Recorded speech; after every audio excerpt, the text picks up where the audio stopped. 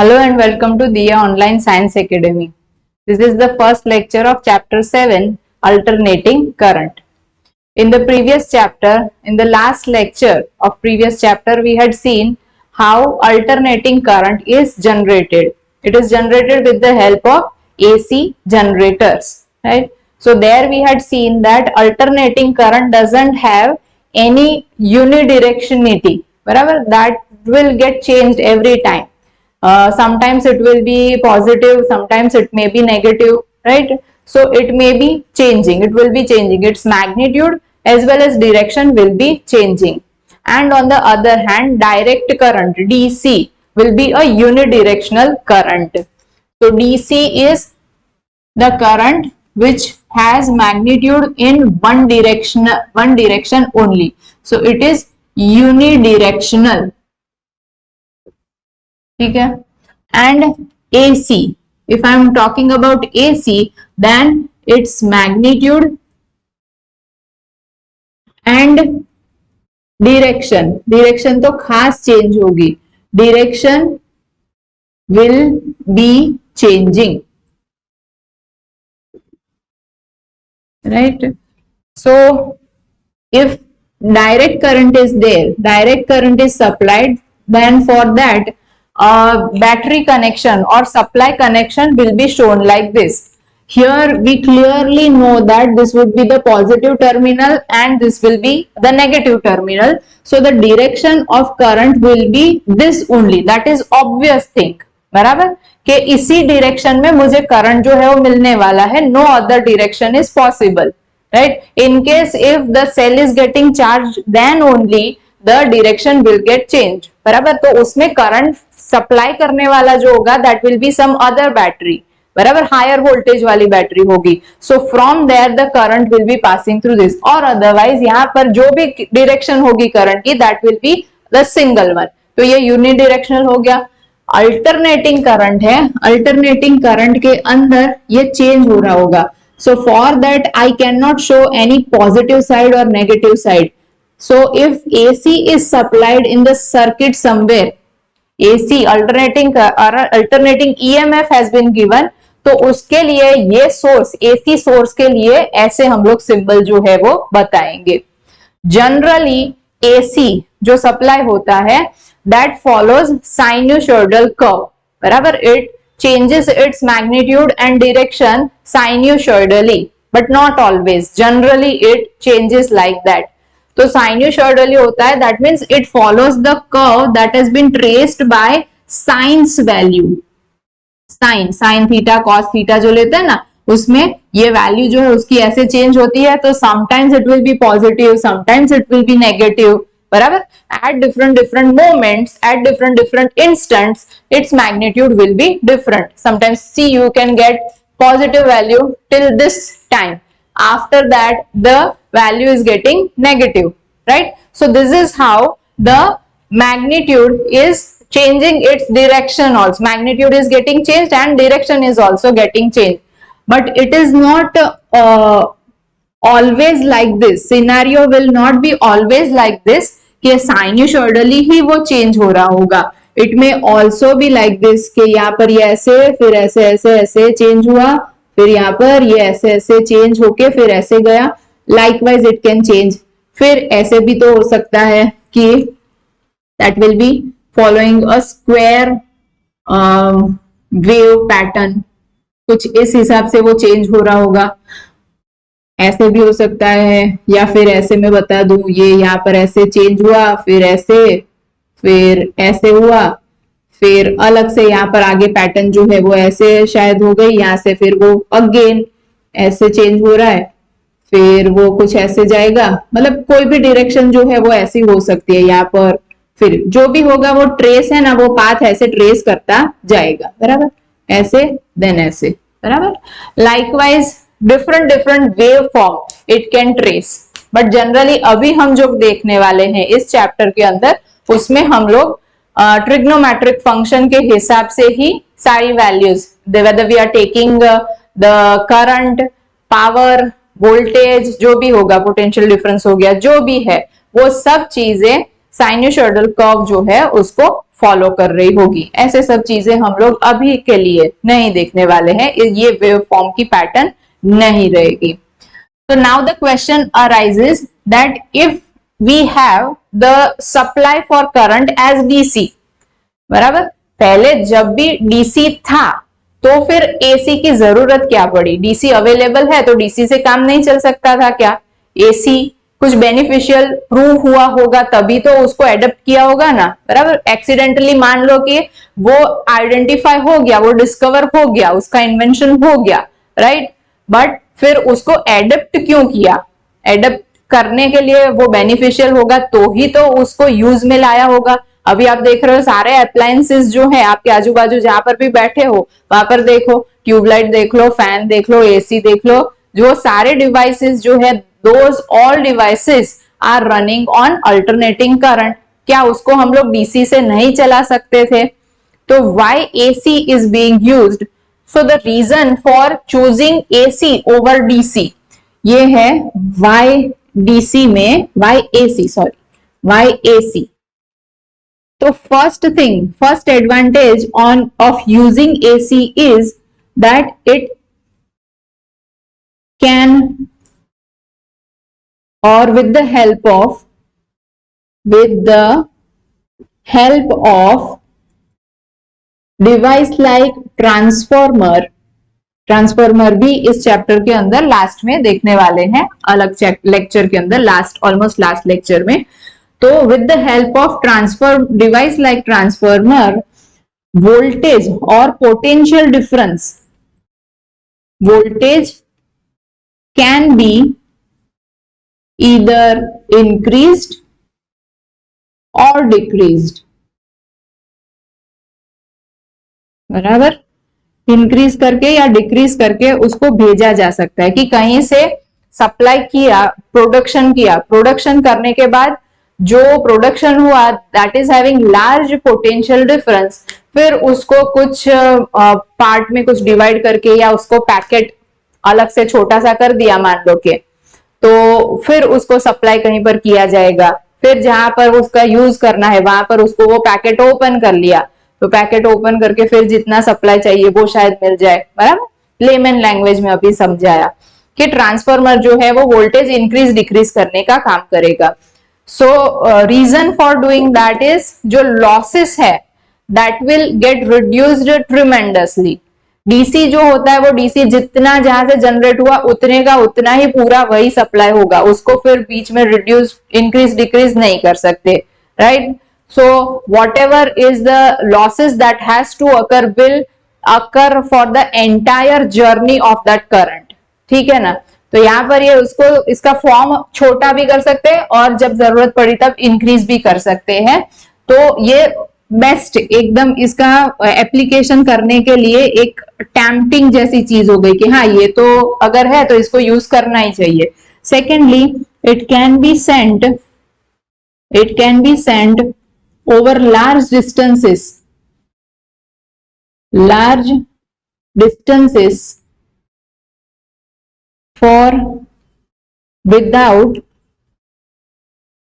और with minimum losses तो होंगे ही, आइडियल कंडीशन होगी तभी लॉसेस जो है वो जीरो होंगे इन एनी प्रोसेस।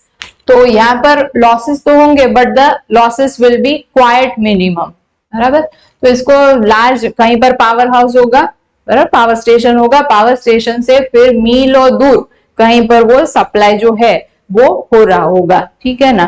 तो these are the reasons why AC has got popularity over DC. तो सारे अप्लायंसेस फिर भी उसके बाद उसी के ऊपर रन कर सके वैसे बनाए जाने लगे और इसका यूज जो है वो इसकी वजह से होता है।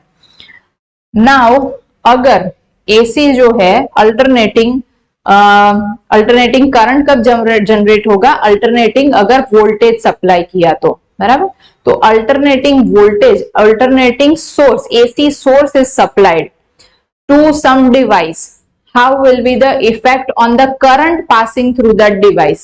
डिवाइस में हम लोग क्या लेंगे? यहाँ पर रेजिस्टर लेंगे, डिवाइस में लेंगे इंडक्टर, डिवाइस में लेंगे कैपेसिटर, देन कॉम्बिनेशन लेंगे कि हमने रेजिस्टर और कैपेसिटर लिया या इंडक्टर एंड कैपेसिटर लिया, बराबर, L and C inductor and capacitor ले लिया या तीनों ले लिए, inductor capacitor and resistor, and उनको सीरीज में फिर कनेक्ट किया, फिर उसको सप्लाई दे दिया एसी का, बराबर, एसी सोर्स से सप्लाई किया. So what will be the different type of current passing through those circuits? How the maximum current will get deviate in each case and how much will be the power in each case? ये सब चीजें हमें देखनी है. हर एक lecture में अलग अलग जो डिवाइसेस हैं उनको ये एसी सोर्स जो है वो दिया जाएगा, बराबर. तो फर्स्ट अभी आज के लेक्चर के अंदर we will see that suppose such AC supply, AC source is connected with a resistor, बराबर, रेजिस्टर के साथ कनेक्ट करेंगे. देखो हम लोग रेजिस्टर है ना वो थर्ड चैप्टर के अंदर स्टडी कर चुके हैं रेजिस्टर. फिर कैपेसिटर था वो हम लोग सेकेंड चैप्टर के अंदर स्टडी कर चुके हैं capacitor. And in the previous chapter sixth में इंडक्टर वो स्टडी कर चुके हैं. इंडक्टर इज अ कॉइल, इसको आप सोलेनॉइड के साथ कंपेयर करके देख सकते हो, बराबर. तो कैपेसिटर, ये रेजिस्टर, ये इंडक्टर. अभी हम लोग क्या ले रहे हैं, across the two ends of a resistor AC source will be connected. ठीक है, तो एसी सोर्स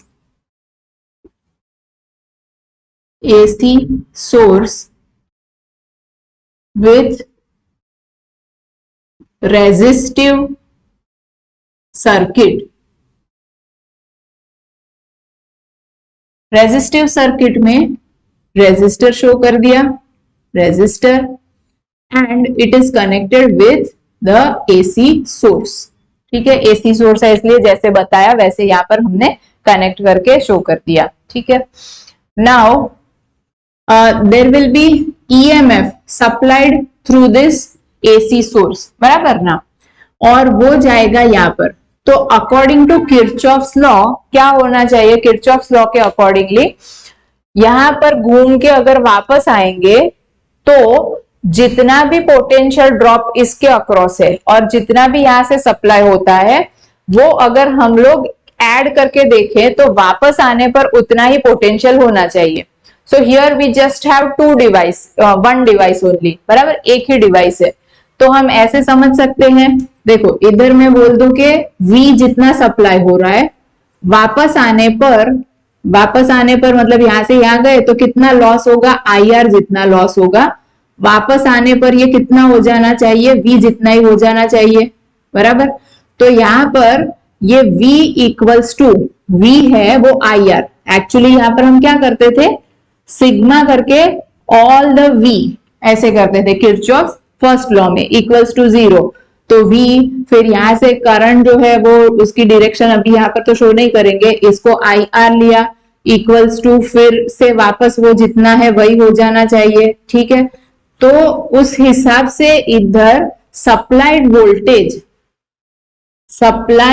वोल्टेज और supplied potential difference V equals to IR, or we can also say that potential drop across, this is potential drop across two ends of a resistor. Remember? V equals to IR. Now V, how much voltage will be supplied? तो देखो generally हमने क्या बोला कि the voltage supplied, AC voltage or AC source that has been connected, the potential difference that has been supplied will follow the sinusoidal path, बराबर, sinusoidal curve it will be tracing. So the voltage supplied V equals to क्या लिखेंगे हम लोग, Vm sin omega T, बराबर.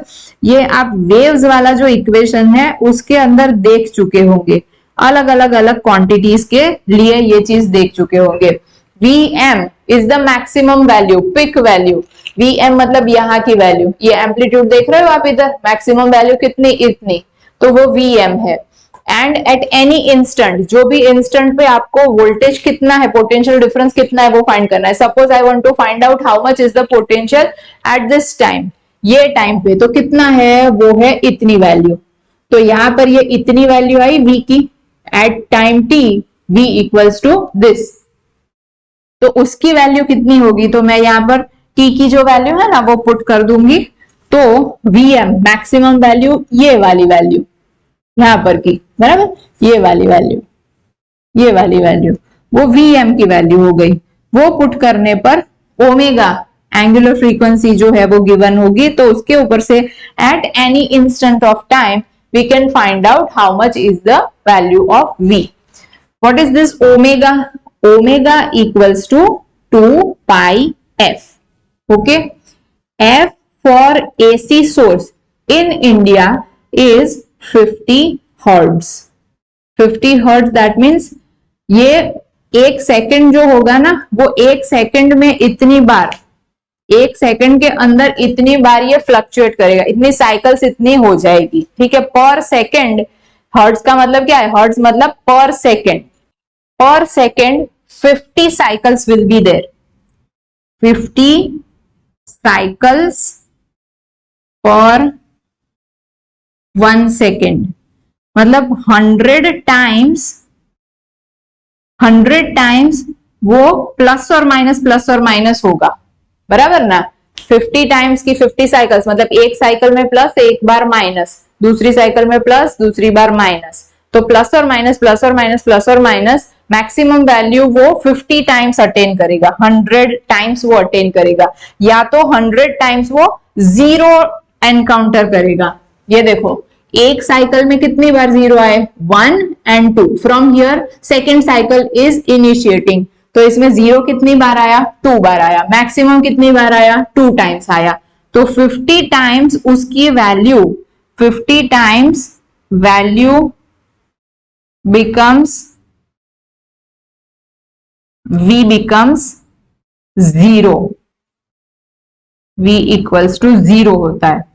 तो कभी कभी क्या होगा, जब ये एसी सप्लाई अभी हो रहा है ना, करंट, आप जहां पर बैठे हो लाइट चालू होगी अगर, तो वो इतनी बार तो 0 हो जाता होगा, बट 0 हो जाता है उसके लिए कितनी बार, 1 सेकेंड में तो वो 50 साइकिल्स कंप्लीट कर चुका, तो इतनी बार 0 भी हो गया, तो ये इसका फ्लटरिंग जैसे हो रहा है, बराबर, कंटिन्यूअस वो चालू बंद चालू बंद चालू बंद चालू बंद ऐसे हो रहा है। बट हमारी सेंसेस जो है उसकी लिमिटेशंस की वजह से वी कैन नॉट सेंस कि ये लाइट है वो ऑन हुई या ऑफ हुई, बराबर।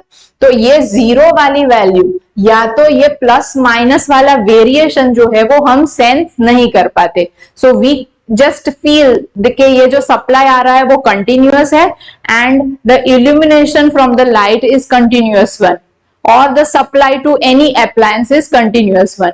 कि फ्रिज है तो वो ऑन ऑफ नहीं हुआ, फैन है तो वो गोल घुमा स्टॉप हुआ, गोल घुमा स्टॉप हुआ, ऐसे नहीं हो रहा, एसी है तो चालू बंद नहीं हुआ, बराबर, ऐसे हमें फील नहीं होगा, because it is very rapid, very rapid, बराबर, ये चेंज है वो बहुत ही ज्यादा रैपिड हो गया, 1 सेकेंड के अंदर इतनी साइकिल्स कंप्लीट करना। वो यूएस के अंदर देखेंगे तो ये F इक्वल्स टू 60 हर्ट्ज, अलग अलग कंट्रीज में जो है वो अलग अलग हो सकता है, तो फिर जनरली 50 या 60 वाले अप्लायंसेस अवेलेबल होते हैं। तो in India it will B 50 hertz, uniformity होती है जनरली कंट्री वाइज।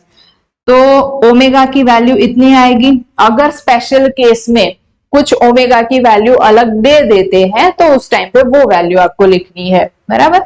तो साइन ओमेगा जो भी टाइम पे फाइंड करना होगा वो आप लेंगे, और Vm मैक्सिमम वैल्यू जो है वो आएगी, ठीक है।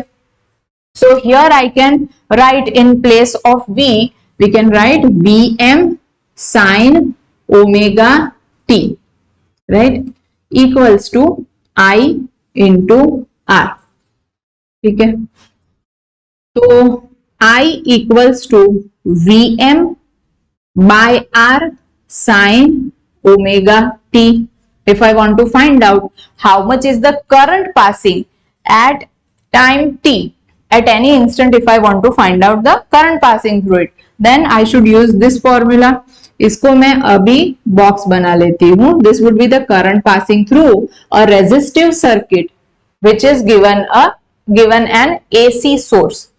तो Vm by R की जगह पर क्या लिख सकते हैं? V इक्वल्स टू IR लिखा हमने, तो V by IR equals to I हो गया.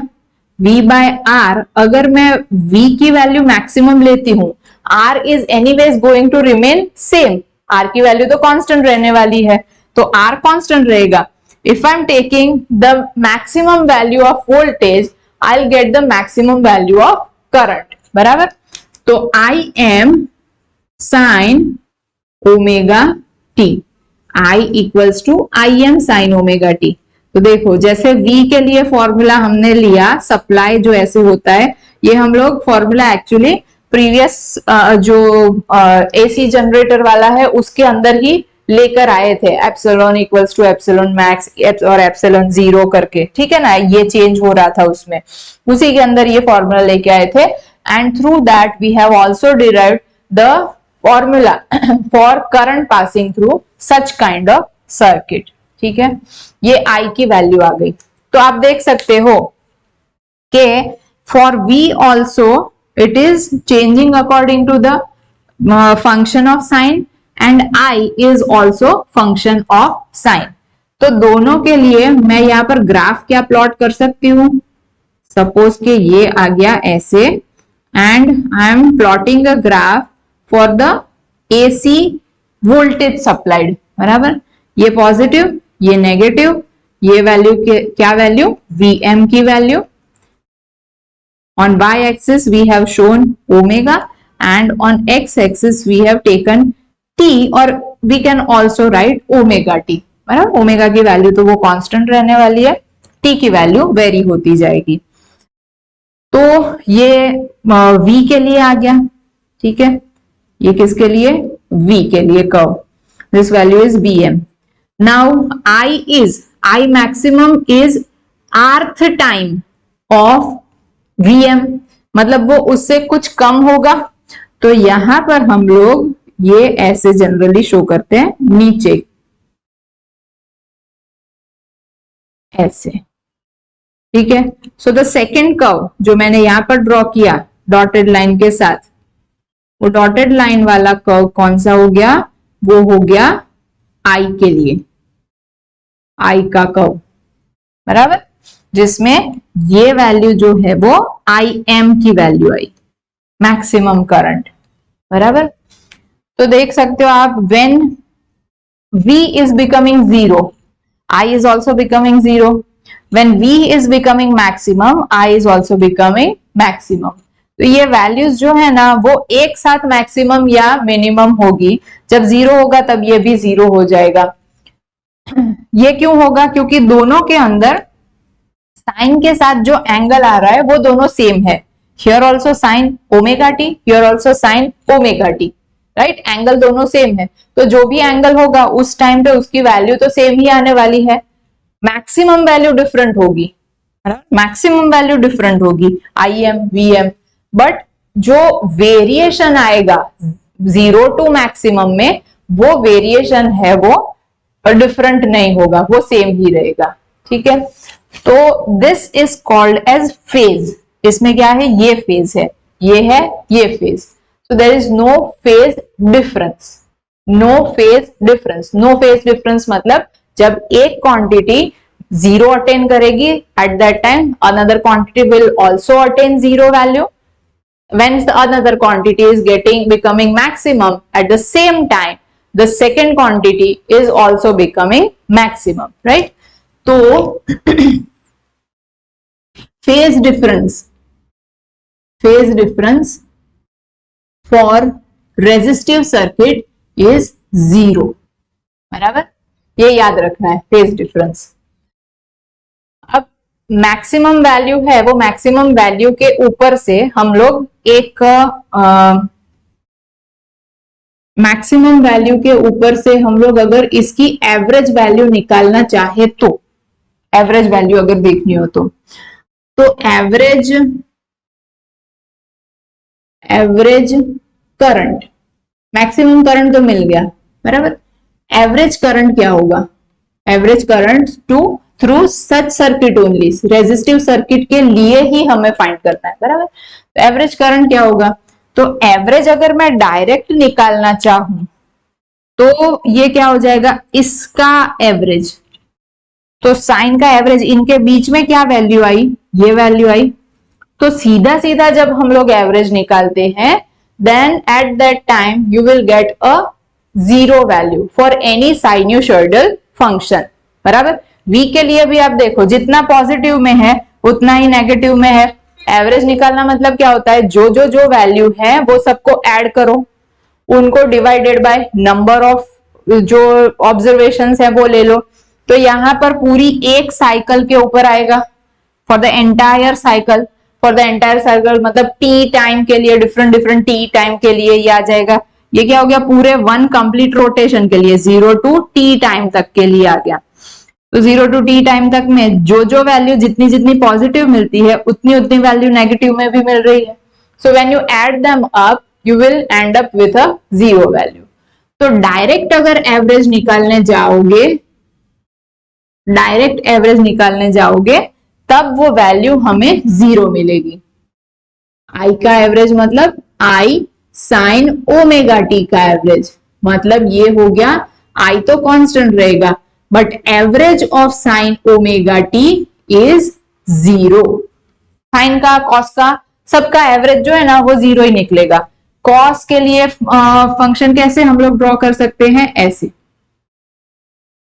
कॉस का कर्व ऐसे आएगा। तो देखो ये जितने पॉजिटिव वैल्यूज है ना, ये पॉजिटिव वही सब यहाँ पर मिल रही है, ये पॉजिटिव वाली वही सब यहाँ मिल रही है।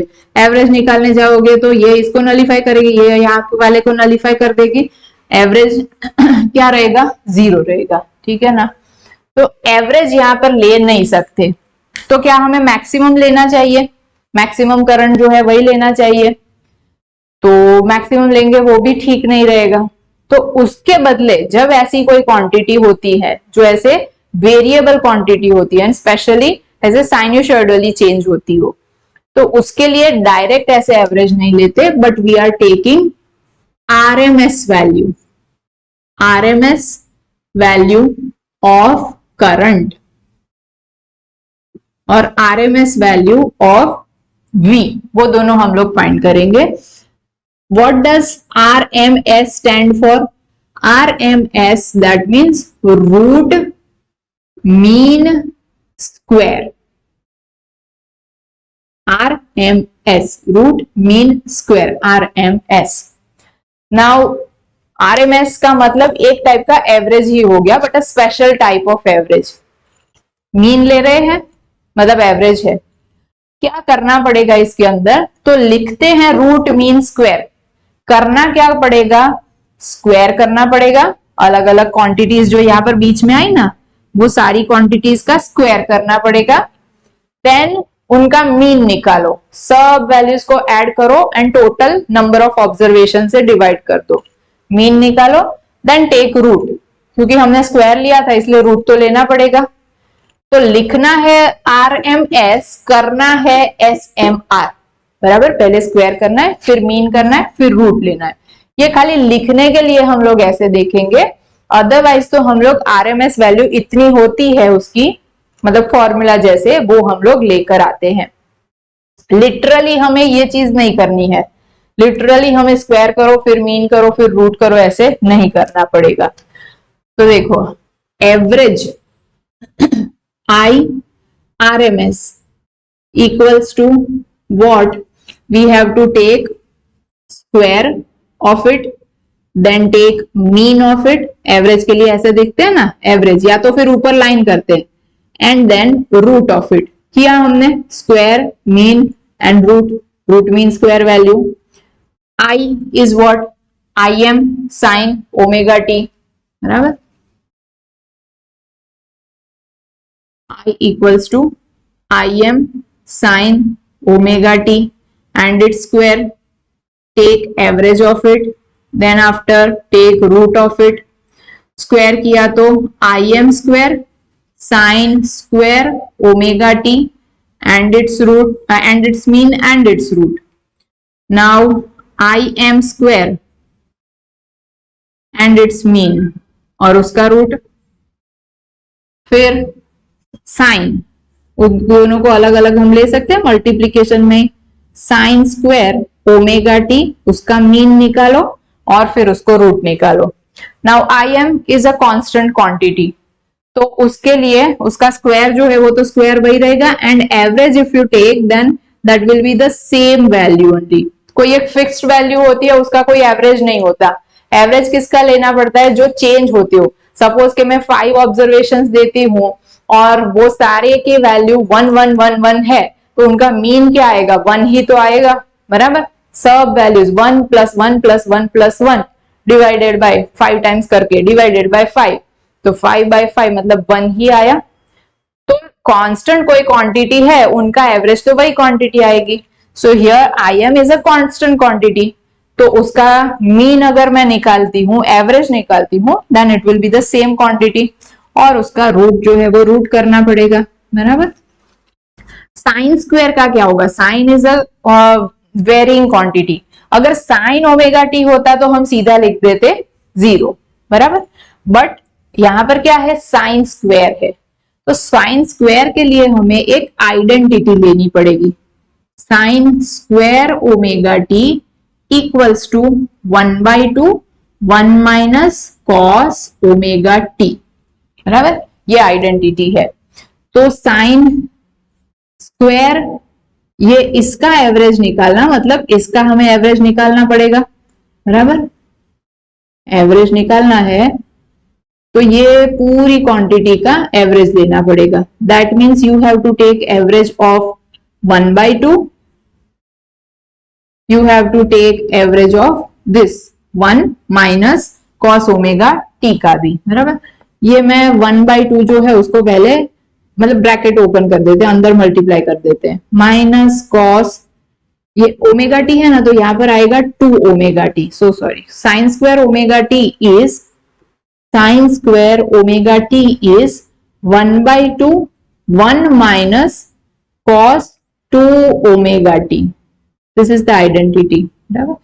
Now cos 2 omega t by 2 and its average equals to average of 1/2 minus average of cos 2 omega t by 2. 1/2 is a constant quantity, so its average will be the value itself 1/2 आया. और cos 2 omega t, cos theta लू या cos 2 theta लू, cos 30 लू या cos 60 लू, उसका graph कैसे आएगा? ऐसे ही तो आएगा, बराबर. 30 मतलब क्या? 2 टाइम्स 30 हो गया. तो इधर भी क्या है? ओमेगा टी लू या 2 टाइम्स ओमेगा टी लू, उसका कर्व कैसे आएगा? जैसे अभी कॉस का बताया वैसे ही, कहां पर हमने ड्रॉ किया? यहाँ पर ड्रॉ किया था ना, उस हिसाब से, बराबर. वो चेंज कैसे होगा? ऐसे चेंज होगा, राइट. तो इसका एवरेज अगेन क्या आ जाएगा? 0. So for the second term the average will be 0, right.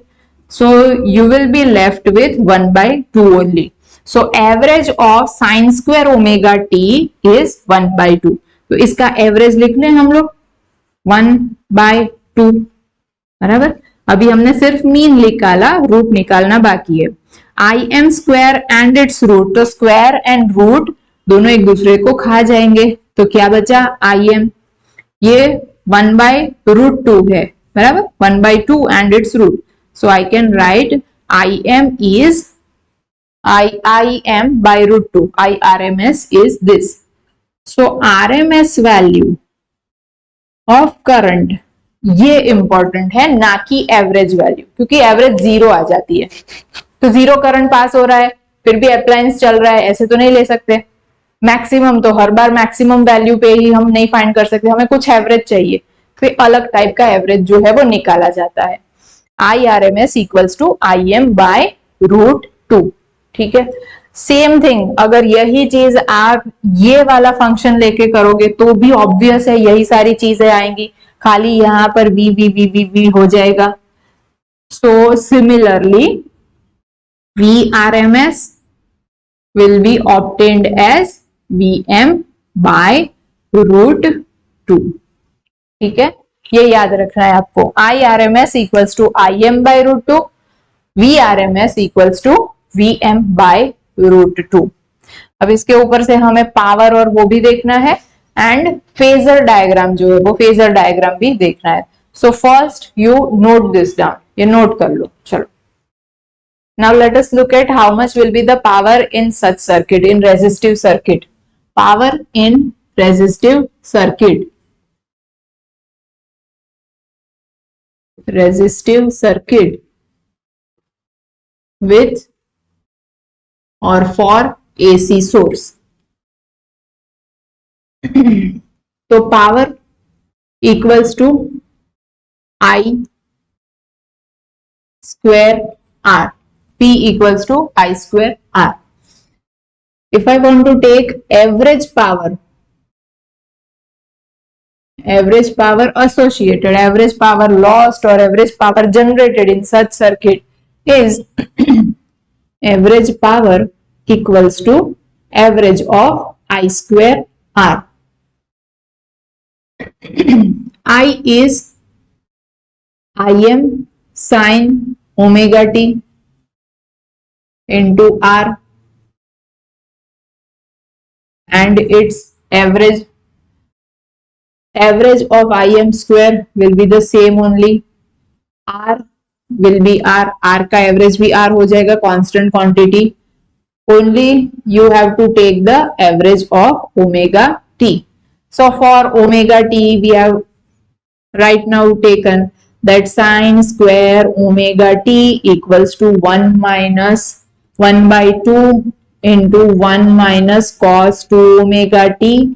so average of this will be average of this, that will be 1 by 2 minus cos 2 omega t by 2। average of 1 by 2 will be 1 by 2 only, and average of cos 2 omega t will be 0। so here you will be left with 1 by 2 only। so sin square omega t का average आ गया 1 by 2। तो यहां पर क्या लिखेंगे, Im square by R upon 2, बराबर। Im bye 2, तो Im bye 2 इसको मैं क्या Im बाय √2 भी लिख सकती हूँ, एंड इट्स स्क्वायर। तो Im bye 2 equals to what, Im bye √2 is what, IRMS। So average P average is basically nothing but IRMS square into R। I square R ही हुआ, but इसमें क्या लेना पड़ेगा, इसमें भी हम लोग मैक्सिमम जो है वो नहीं लेते, क्या लेंगे यहाँ पर RMS वैल्यू। वैसे ही सेम आप लोगों को ये VI P equals to VI करके लेना हो तो भी सेम चीज आप डिराइव करके देख सकते हो। See P equals to VI, average of both of this, V equals to Vm sin omega t, and I is Im sin omega t। so here I यहाँ पर बीच में मल्टीप्लीकेशन कर दूं तो साइन स्क्वायर ओमेगा टी होगा, तो Vm Im बचा, sine square का क्या आ गया, एवरेज 1 by 2, तो Vm Im by 2, इसका एवरेज ये आ जाएगा ना 1 by 2। Vm Im by 2, I can write this, rewrite this thing as Im by √2 and Vm by √2। Vm by √2 is VRMS and Im by √2 is IRMS। so P average equals to not just Vi, not even Vm Im, but it is VRMS into IRMS। ठीक है, ये सारी values इसके लिए आएगी। तो power के लिए आप देख लो, फिर फेजर डिस्कस करते हैं। नाउ द फेजर डायग्राम, जैसे ग्राफ होता है वैसे ही एक टाइप का डायग्राम होता है जो है फेजर डायग्राम। वेक्टर्स के लिए मतलब वेक्टर क्वांटिटी तो नहीं होगी, बट फिर भी कोई क्वांटिटी है उसको हम लोग फैक्टोरियली ये उसके लिए ड्रॉ कर रहे होंगे कैसे। तो देखो v जो है वो v ऐसे कुछ चेंज होता है, मतलब अलग अलग अलग टाइम पे v की वैल्यू जो है वो v की वैल्यू अलग अलग अलग यहाँ पर हमें मिल रही होगी, बराबर ना। v की वैल्यू जो है वो डिफरेंट डिफरेंट इस जगह पर हमें मिल रही होगी। तो I can also interpret this sinusoidal variation as a circular motion also, बराबर। सपोज के v की वैल्यू और i की वैल्यू भी वो कुछ ऐसे चेंज हो रही है, बराबर। फॉर वन कंप्लीट रोटेशन मुझे यहां पर अलग अलग वैल्यूज जो है वो मिल रही होगी। ऐसे हम देखते हैं, थोड़ा सा सर्कल अच्छे से बना ले,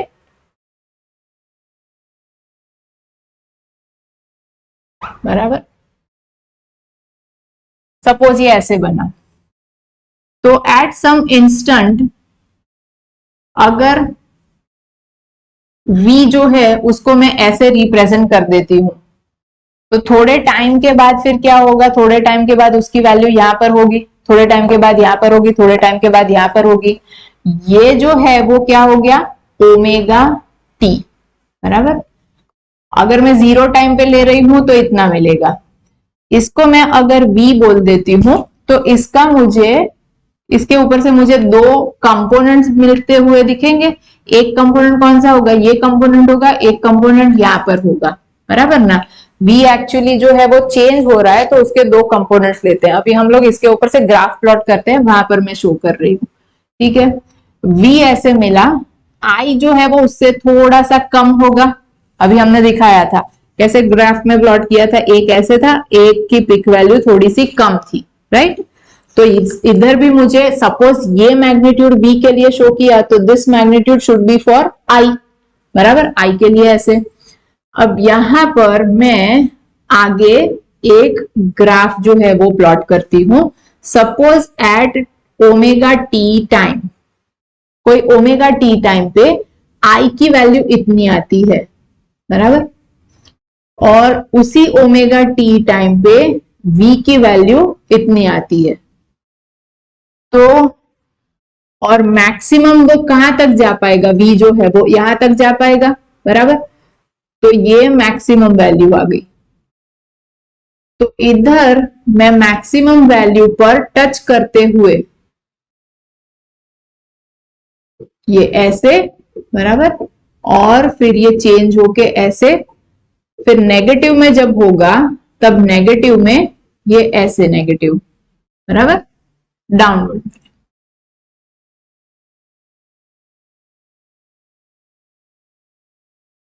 आई के लिए कैसे दिखाएंगे हम लोग, आई के लिए ये उसकी मैक्सिमम वैल्यू कहां पर, ये इसका सर्कल बन जाएगा, बराबर। तो उसकी मैक्सिमम वैल्यू सपोज के यहां तक है, तो उसके लिए कर्व जो है वो कुछ ऐसे बनेगा, और ये ऐसे चेंज हुआ ऐसे।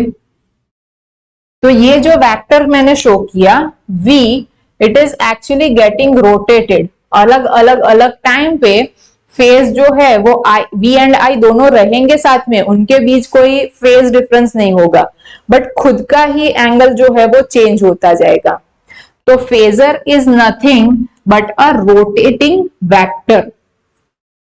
Phasor is also called as rotating vector, बराबर।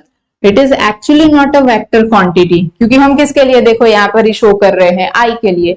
Is I a vector quantity, no. Is V a vector quantity, no, बराबर। बट वो एंगल के साथ चेंज हो रहा है, तो हम उसका ओरिएंटेशन शो करने के लिए कुछ एंगल लेंगे, तो इसलिए हमें ऐसे डायरेक्शन जो है वो अलग अलग अलग होती हुई दिख रही है, ठीक है ना। It is basically actually not a vector quantity, but rotating vector इसको फिर भी लिखेंगे, बराबर। It is a scalar quantity, बराबर, स्केलर वन है ये। तो इसके ऊपर से इंटरप्रेट करके हम ऐसे दिखा सकते हैं। फिर इसका जो हम लोग बोल रहे थे कि सी, मैंने आई ऐसे ड्रॉ किया ना, and if it is making omega t with horizontal, then the projection on x axis will be I cos omega t, और ये जो है एंगल वो क्या हो जाएगा, आई साइन ओमेगा टी। ये अगर मैक्सिमम वैल्यू यहाँ पर मैं ले लेती हूँ तो ये आई M sine omega T, I am cos omega T वो हो जाएगा। तो इधर जो वैल्यू आई ये y की जो भी वैल्यू आ रही है, और अगर मैं मैक्सिमम के लिए ले रही हूं तो ये आ जाएगा, और बीच में कोई भी वैल्यू ले लू, ये तो मैक्सिमम आई एम आ गया, ये मैक्सिमम वी एम आ गया, बीच में अगर मैं कोई भी एक जगह पर ले रही हूं तो वो हो जाएगा I M sine omega T. बीच में ये वाली कोई मैं वैल्यू ले लू, बीच की कोई भी वैल्यू कोई अलग टाइम पे जब वो मैक्सिमम अटेन करता है तब नहीं, तो वो हो जाएगा V M sine omega T, बराबर। तो ये फेजर हो गया, फेजर डायग्राम। फेजर डायग्राम में आपके पास ये जो वेक्टर्स हैं वो वेक्टर ऐसे, अब ये पूरा ऐसे ड्रॉ नहीं करना होगा। जब आपको फेजर पूछेंगे कि draw phasor diagram for a resistive circuit, तो आपको सिर्फ कितना ड्रॉ करना है, आपको एक सिर्फ अगर एक्स एक्सिस में शो करते हैं तो भी चलेगा, you are actually showing whether they are in phase और not, this would be V and this would be I। ऐसे शो कर दो या तो फिर ऐसे शो कर दो V एंड I, ये ओमेगा टी, दोनों कितना फेज लेके चल रहे हैं, ओमेगा जितना, I V, बराबर। सिंपली ये हो गया फेजर डायग्राम। फिर इंडक्टिव सर्किट आएगा, कैपेसिटिव सर्किट आएगा, उसमें V और I के बीच में कुछ अलग एंगल हो सकता है, मतलब उनके बीच फेज डिफरेंस जो है वो फेज डिफरेंस हो सकता है, तो वो दोनों ऐसे साथ में एक ही एंगल पे शायद ना मिले, बराबर। तो this would be the phasor diagram for resistive circuit. So from this phasor diagram, you can interpret about the phase difference. Phase difference कितना है ना वो इसके ऊपर से पता चल जाएगा। सपोज कोई क्वांटिटी के लिए ये और ये जो है वो वैल्यू आ रही है, बराबर, ये V की वैल्यू है और ये I की वैल्यू है, तो आपको ये पता चल जाएगा कि दोनों के बीच फेज डिफरेंस है, और कौन सा आगे चल रहा है, कौन सा पीछे चल रहा है, कौन सा लीड कर रहा है, कौन सा लैग कर रहा है, वो भी पता चल जाएगा। सपोज दिस इज θ1, ये θ2, तो दोनों के बीच फेज डिफरेंस आया, बराबर ना, θ2 माइनस θ1 जितना फेज डिफरेंस है। कौन सा आगे चल रहा है तो वो भी हमें पता चल जाएगा, V आगे चल रहा है, I आगे चल रहा है, लीड कौन सा कर रहा है, लैग कौन सा कर रहा है। तो फेजर डायग्राम का इंटरप्रिटेशन इस हिसाब से किया जाता है। चलो ये लिख लो, and this would be all about the resistive circuit which has been given an AC source, जिसको AC source सप्लाई किया गया हो। तो नेक्स्ट लेक्चर जो होगा वो नेक्स्ट लेक्चर के अंदर हम लोग इंडक्टिव सर्किट, और इफ प्रोबेबली अगर टाइम बचा तो कैपेसिटिव सर्किट भी उसी लेक्चर के अंदर हम लोग ऐड कर देंगे, ठीक है। तो इंडक्टिव सर्किट उसमें डिस्कस किया जाएगा, ठीक है। So right now, for now, you note this down.